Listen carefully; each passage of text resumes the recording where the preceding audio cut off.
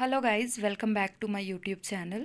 Today I'm going to explain about this steroid tablet name Deflazacort tablet 6 mg। इसका brand name जो है वो डेफजा 6 है। ये काफ़ी डिफरेंट ब्रांड नेम से आपको मिल जाएंगे। Generic names are same. So इसका जो है आपको आज मैं पूरी जानकारी दूंगी कि इस टैबलेट को हम कब यूज़ कर सकते हैं, ये कैसे वर्क करता है, इसके साइड इफ़ेक्ट्स क्या हैं, इसके डोजेज़ क्या हैं। तो सबसे पहले हम जानते हैं कि इसमें इसका प्राइस क्या है। तो ये आपको 130 रुपीज़ में 10 टैबलेट्स का एक स्ट्रिप मिल जाएगा। अब हम जानते हैं कि इसका यूजेज किस टाइम पे हम कर सकते हैं, किस ट्रीटमेंट में हम इस टैबलेट का यूज़ ले सकते हैं। तो deflazacort is used in the treatment of severe allergic reaction. जब आपको बहुत ज़्यादा सीवियर एलर्जिक रिएक्शंस हो रहे हैं, या आपकी एलर्जिक कंडीशन है, या फिर अस्थमा है, कैंसर है, स्किन डिसऑर्डर है, या फिर कोई आई रिलेटेड डिसऑर्डर है, तो इन सभी के ट्रीटमेंट में आप डेफ्लेज़ा 6 को यूज़ कर सकते हो। अब हम जानते हैं कि ये डेफ्लेज़ाकोर्ट टैबलेट जो है कैसे वर्क करता है। तो सबसे पहले आप जान लीजिए कि डेफ्लेज़ाकोर्ट जो है वो एक कॉर्टिकोस्टेरॉइड टैबलेट है, और ये क्या करता है, हमारा इंक्रीज़ करता है ग्लूकोकॉर्टिकॉइड को हमारे बॉडी में, ताकि जो है वो वर्क करे उन सब्सटेंस को डिक्रीज़ करने में जो हमारे बॉडी में इन्फ्लामेशन काउज कर रहा है। और तो और ये जो है हमारे बॉडी को इम्यून सिस्टम को सप्रेस करता है, ताकि वो जो है अपने सेल्फ डैमेज को कंट्रोल करे इम्यून सिस्टम। तो ये सेल्फ डैमेज क्यों? क्योंकि जब किसी भी बॉडी में कोई ऑर्गन ट्रांसफ़र होता है तो हमारा इम्यून सिस्टम जो है वो एक्टिव फॉर्म में आ जाता है, और वो किसी भी फॉरेन पार्टिकल के एंट्री पे हमारे बॉडी में खुद का सेल्फ डैमेज करने लग जाती है, ताकि वो अपने बॉडी को जो है उस फॉरेन पार्टिकल से बचा सके। तो कभी कभी हमारा बॉडी कंफ्यूज हो जाता है कि which is good for our body, which is not good for our body.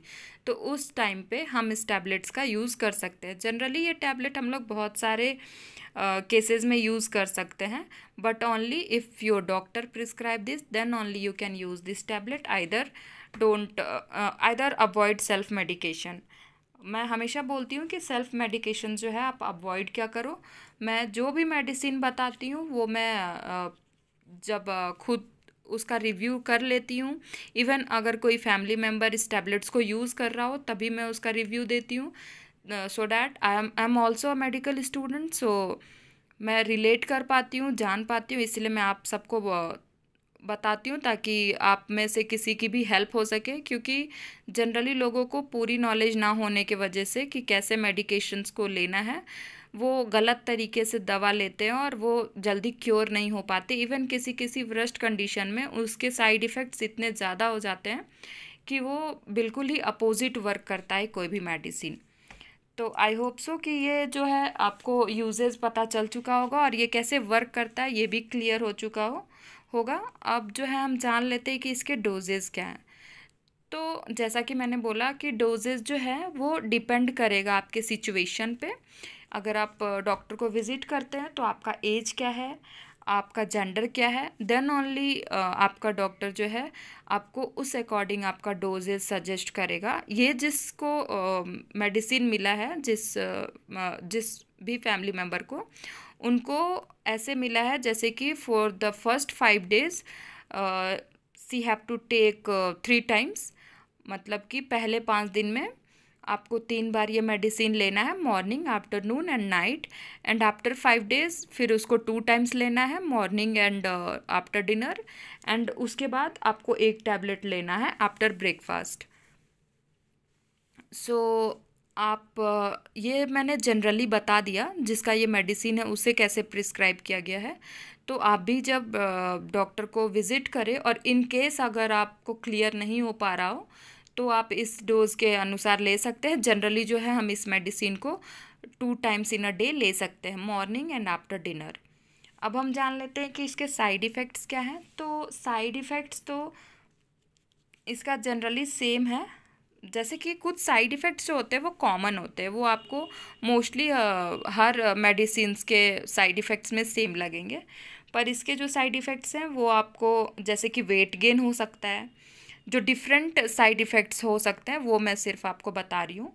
तो फेशियल स्वेलिंग हो सकता है, इंक्रीज्ड रिस्क ऑफ इन्फेक्शंस हो सकता है, कसिंग सिंड्रोम हो सकता है, और जो है आपको फ्रीक्वेंटली अर्ग टू यूरिनेट, मतलब आपको बहुत जल्दी जल्दी जो है यूरिनेशन करने का प्रॉब्लम हो सकता है, एबनॉर्मल हेयर ग्रोथ हो सकता है, आपका इंक्रीज्ड एपिटाइट भी हो सकता है, कफ भी हो सकता है।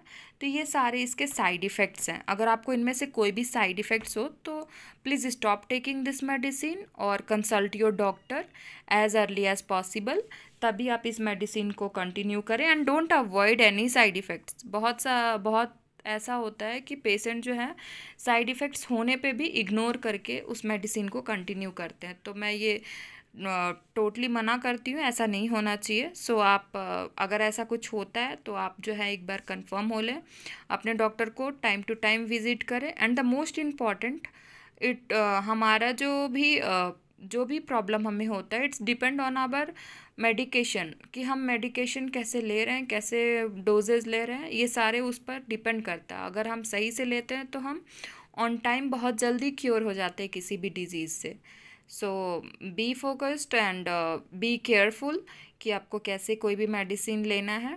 I hope so this video will helpful for everyone who is suffering from any symptoms, as I said in this video.